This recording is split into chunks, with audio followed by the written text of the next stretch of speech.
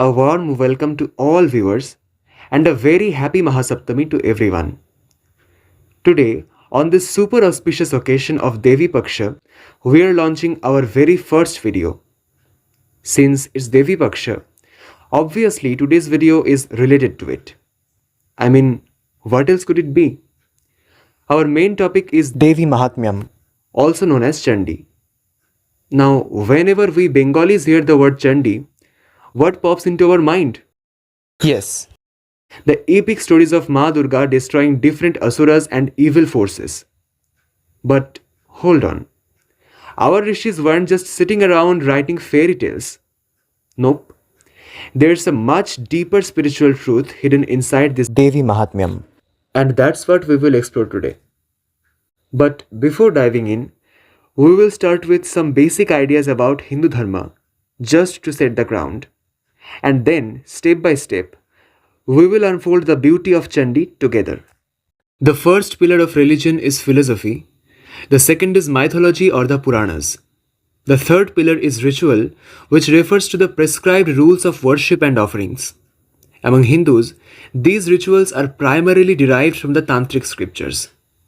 The Tantras too serve the same purpose, showing how through worship and devotion one may attain dharma, artha, kama, and moksha. The fourth pillar is the Smriti literature.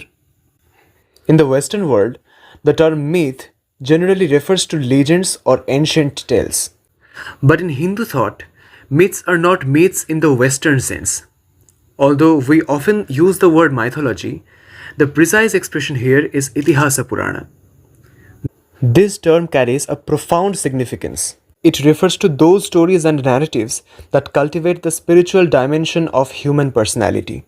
In our tradition, such spiritually elevating stories are what we call the Puranas. In contrast, Western mythology is little more than the literary creation.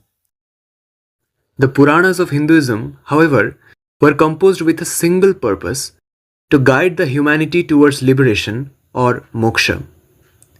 A Hindu may never read the Upanishads or the Bhagavad Gita, yet, if he devotes his life to the regular recitation of any of the 18 Puranas, reflecting deeply upon its meaning, he will still advance towards liberation.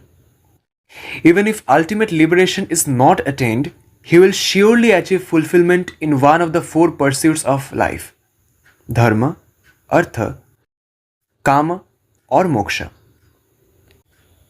Even without reading the entire Markandeya Purana, if one regularly recites the Devī Māhātmyam, just a small section of it, and contemplates on its meaning, that alone will guide the devotee towards dharma, artha, kama, and moksha.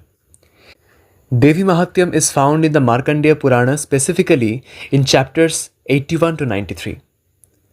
The Devī Mahatmyam is not merely a collection of stories about Goddess Durga's battles against the demons. It is a treasury of spiritual truths that lie at the very heart of the Vedas. From the Devī Mahatmyam, a few selected mantras have been chosen here, through which one may gain a clear understanding of the essential spirit of Hindu spiritual philosophy. The purpose of these descriptions is not to provide a translation of the verses, but rather to bring forth the essence contained within them. Nityaiva sa jaganmurtistaya sarvamidam tatam.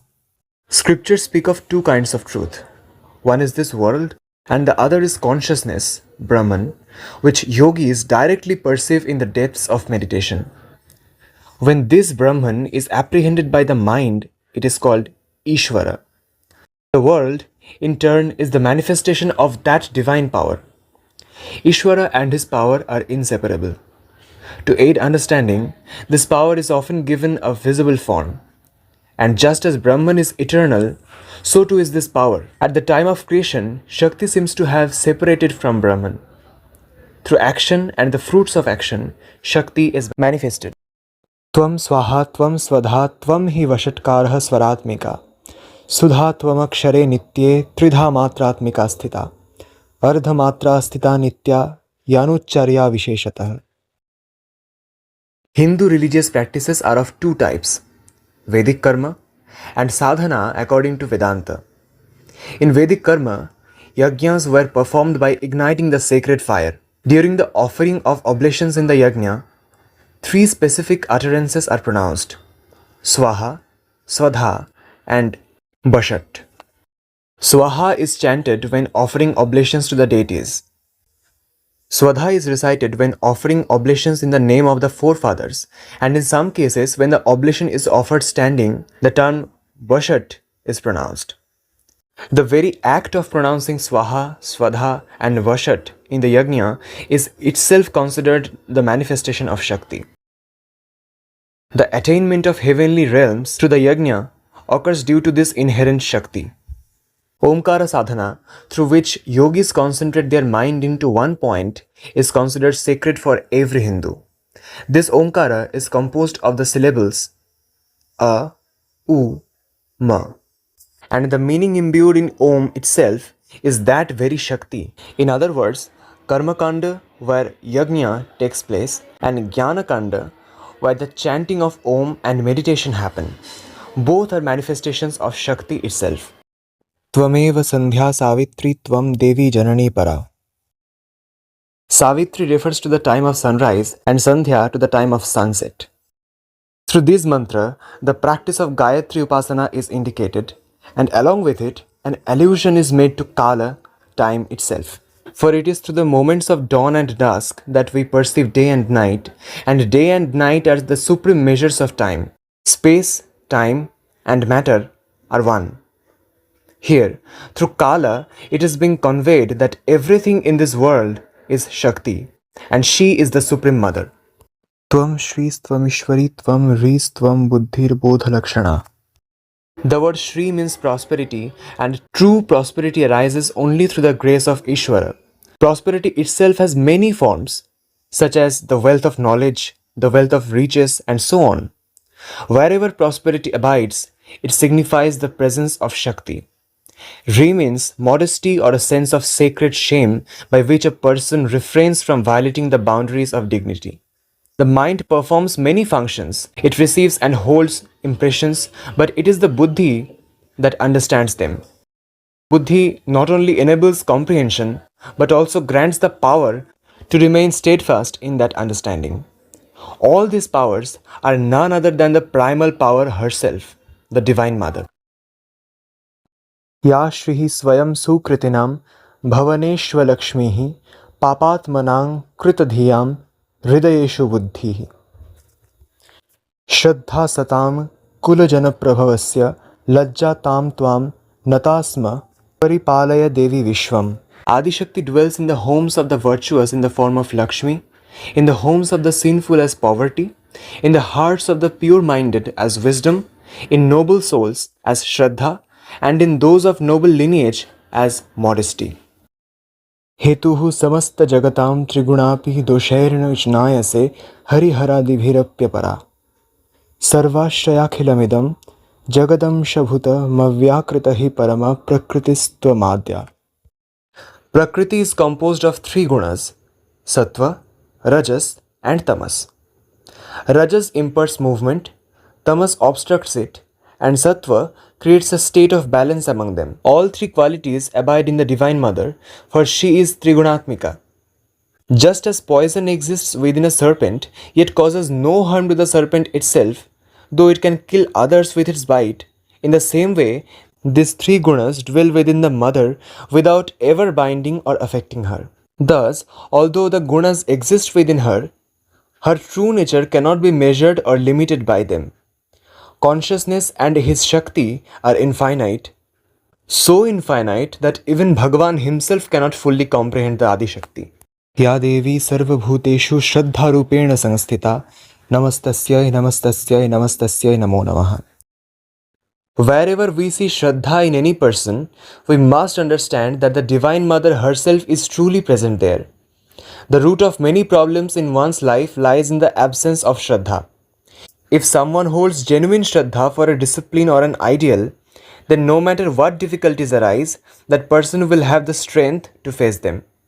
Shraddha is required to rise above our narrow sense of ego and move towards a greater, expansive self. According to the scriptures, one who is established in Shraddha naturally acquires certain qualities: humility, dedication, concentration, and fortitude. For anyone who wishes to walk the path of dharma or attain spiritual knowledge, Shraddha is absolutely essential. To follow the path of dharma, one must first have Shraddha for God. But since Shraddha cannot arise for one whom we have not directly experienced, the scriptures guide us to place our Shraddha in the truth of God's existence. A person who is firmly rooted in the Shraddha shines with a divine radiance, and in that radiance, the Divine Mother dwells. Ekaivaham jagatyatra dvitiyaka mamapara. Everything in this vast universe is none other than the Divine Mother herself. Apart from her, there is nothing second. Every system of religious philosophy seeks to explain the relationship between the individual soul, the world, and God. In the essence of Vedanta, however, there is but one reality: consciousness. Whether we call this consciousness Brahman, Atman, or Jaganmata, it is the same. Yet, we must remember, any manifested form has no independent self-existence, only consciousness itself truly exists by its own nature. Vidya samastastava devi bhedaha striya samasta sakala jagatsu. All knowledge in this world are but manifestations of the Divine Mother. Every woman adorned with the virtues of fidelity, beauty, and youth is a living embodiment of her. Rogana sheshan pahansi tushta, rushta tu kaman sakalan abhishtan. Tvamashritanam na vipannaranam, tvamashrita hya shrayatam prayanti. When pleased, Divine Mother destroys all diseases. When displeased, she brings an end to every cherished desire. Those who seek refuge in the Divine Mother never encounter calamity, and those who take shelter in her themselves become a source of shelter for others. Every mantra of the Devī Māhātmyam carries within it the seed of a profound spiritual truth. From among them, the 10 mantras explained above reveal that the Devī Māhātmyam is not merely a narrative of the goddess's victories, but rather a medium through which the eternal truths of the Vedas are conveyed. Just as sugar can be extracted from the grains of sand, leaving the sand behind, so too must one draw out these truths from within the stories. With this understanding, we now conclude our session by offering 3 renowned mantras from the Devī Māhātmyam as a prayer to the Divine Mother. Sarva Mangala Mangalye Shive Sarvartha Sadhike Sharanye Trambake Gauri Narayani Namastute.